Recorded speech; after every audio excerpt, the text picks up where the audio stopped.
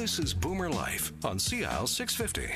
Welcome back to the program. I'm Sterling Fox, joined in studio by Dr. Paul Zickler, the medical director at YesWellness.com. Dr. Zickler, you were talking just before the break about the sedentary lifestyle that we all lead. And, financial experts will tell you, sit down and do a balance sheet. Do what you owe, what you own. Just give yourself a chance to assess where you're at if you're going to start making new plans. Well, a person could do that with their sedentary. If you just sat down and logged the number of hours every day that you're sitting and compared them to the number of hours per day that you're, not sitting, I think you'll discover the rather strong imbalance in favor of you being a sedentary kind of human being. We all are, Dr. Zickler. Yes, absolutely, Sterling. The more I think about it, the more I think that is one of the essential things that if we could change that, we could have such an influence on our health. Sure. Now, you said, interestingly, and I don't know how many of us are aware of this, but your theory is that in terms of wellness, 80% of our wellness is about what we eat. Yes. And the other 20%, only 20%, is about exercise. But the thing is, what's important though is that if you do that exercise, it's not only it contributes to your well-being, and it's more likely for you to make the better food choices. Mm-hmm. So it's like, even though it's like the importance of it. I mean, if you're thinking about doing something, I would start with, okay, you got to really look at all the food that you're eating. Sure. And once you start getting interested in that, you just naturally flow to be wanting to be better, have better energy, feeling better, a better well-being. And once you start on exercising, it's self-motivating.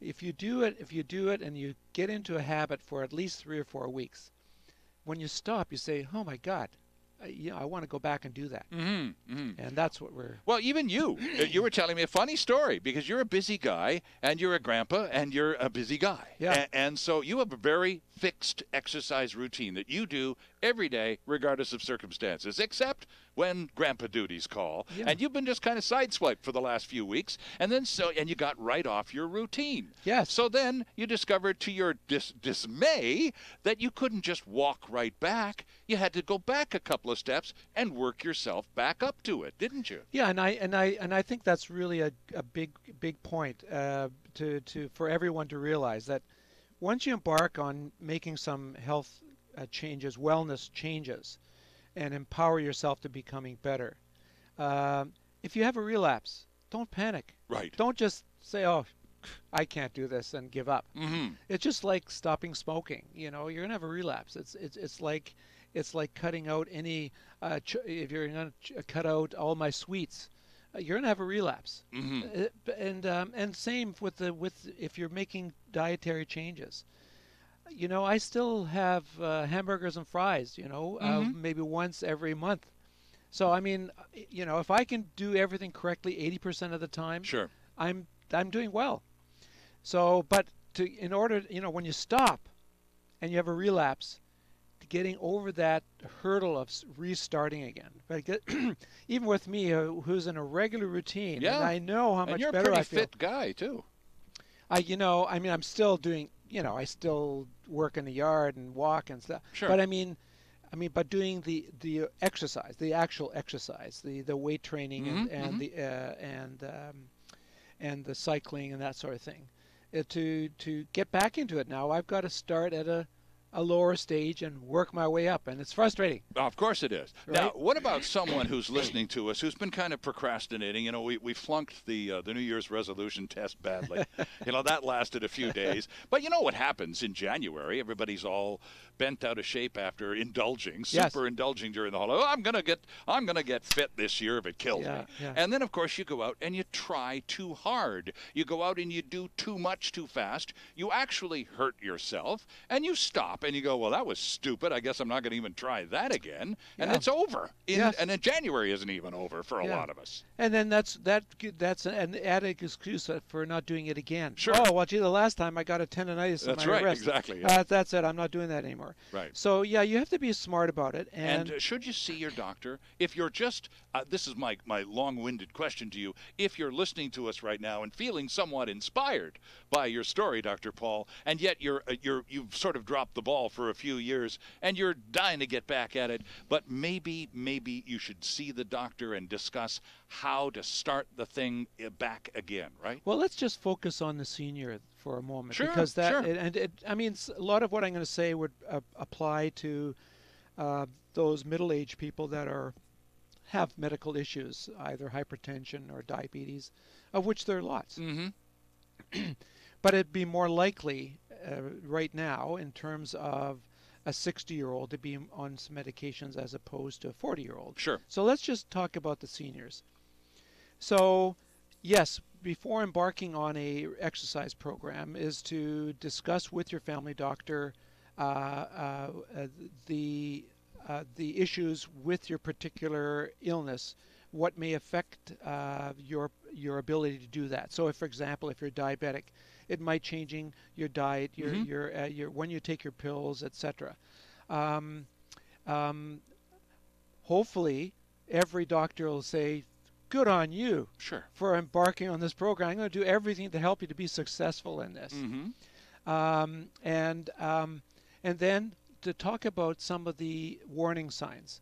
So, for example, listen, don't go at it too hard. Right. If you have the ability to go to the YMCA seniors program, start out with one of the senior trainers. Right. That would be very helpful. And they'll lead you gradually into it. Right. Gradually into it. Sure. And they'll look at where you are, where you're beginning, and start you in the appropriate place. And in addition to that, a lot of the programs that they have are with groups. So you're going to have your friends and other seniors that are like-minded in your thinking, all starting at the same time, and using that as a social event, really encouraging you to take part. And you see groups of seniors, and they do it year-round. You see them going for walks through shopping malls and stuff. There's usually a group of maybe 15 or 20 of them, and everybody's all decked out in their walking duds, and they go for a good, vigorous walk, and then they sit down and have a coffee. So you're right. It's a support network, and it's a social event. It can be all of those things. And it has to be all of those to make you continue on for a lifetime. Right.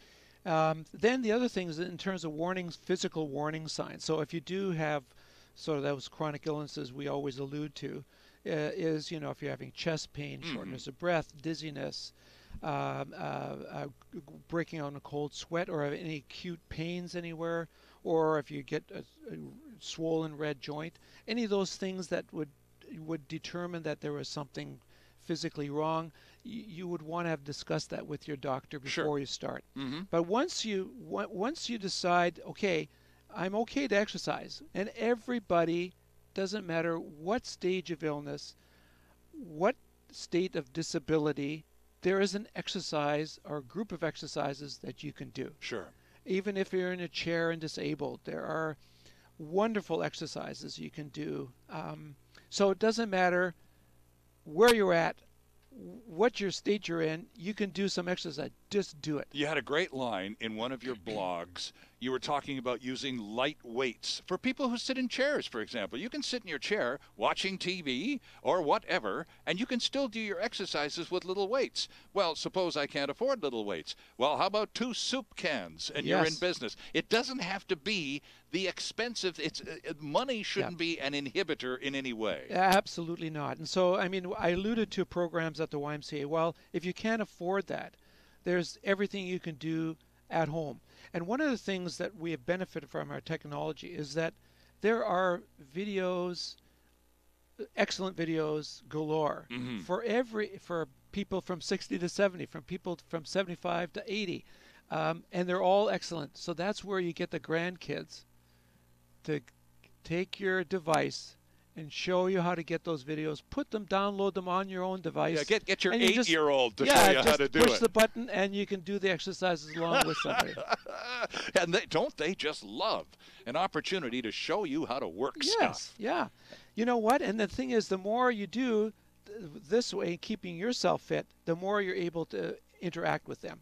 Okay, now a couple of lists that we still have to get to here. Greg says we need to take a break, so we'll do that now. And when we come back, we've got the building blocks for fitness, and that's at any age. And also, the first thing we'll do when we come back is the 5 myths about exercising and aging. These are great. They're funny, and of course, we've all heard and probably used all of them at least once in our lives. We'll take a quick break and come right back with Dr. Paul Zickler from YesWellness.com on Boomer Life. It's all about the baby boomer lifestyle.